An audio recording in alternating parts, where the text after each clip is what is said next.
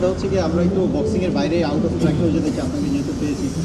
আমরা এখন যে টক অফ দ্য কান্ট্রি যে হচ্ছে কি ব্রাজিল টিম আসছে, সেখানে তারা কিছু অবজারভেশন দিয়েছে বলে আমরা শুনেছি। বাকুফের সঙ্গে তাদের একটা কনভারসেশনও হয়েছে, তারা দুটি ভেন্যু ভিজিট করেছে।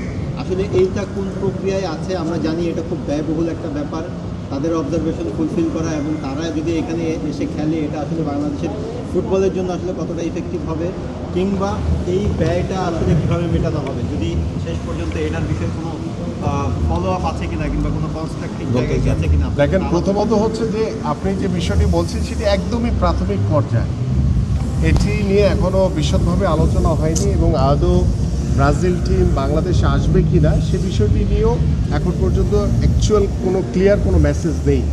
সো বাংলাদেশ ফুটবল ফেডারেশন ইতিমধ্যে যে ভেন্যুগুলো দেখিয়েছে বা তাদের সাথে কি আলোচনা হয়েছে সেটার হয়তো বা সামারি আমরা পরবর্তীতে জানতে পারবো। বাট আমরা যেটি বিশ্বাস করি যে ব্রাজিল টিম যদি আসে বাংলাদেশে এবং এসে যদি আমার বাংলাদেশ টিমের সাথে খেলে, এটি বাংলাদেশের জন্য আমি মনে করি অনেক বড় অ্যাচিভমেন্ট। কিন্তু আমার বাংলাদেশ ফুটবল কতটুকু এগোবে এটার মাধ্যমে, এটা নিয়ে আসলে আমি খুব বেশি আশাবাদী না। এই কারণ হচ্ছে যে ম্যাচ হবে, হয়তো বা বাংলাদেশ ব্রাজিলের সাথে খেলবে, সেটার একটা দর্শক আমাদের বাংলাদেশের মানুষের যে এক্সপেকটেশন সেটা হয়তো একটা স্বপ্ন পূরণ হবে যে বাংলাদেশ ব্রাজিলের মতো বিশ্ব চ্যাম্পিয়নদের সাথে খেলেছে।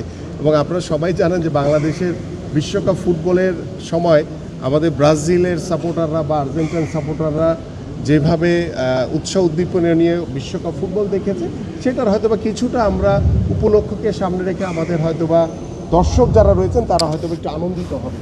কিন্তু ব্রাজিল টিম খেলে গেলে যে বাংলাদেশের ফুটবলের পরিবর্তন আসবে এই বিষয়টির সাথে আমি একমত না।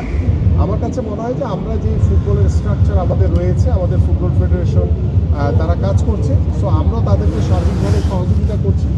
আমরা যেটি চাচ্ছি যে আপনারা জানেন যে নতুন করে স্পোর্টসের মাধ্যমে একদম রুট লেভেল থেকে খেলোয়াড়দেরকে তুলে আনা, এবং সেখানে ফুটবলের মতো আমরা দেখেছি যে আমাদের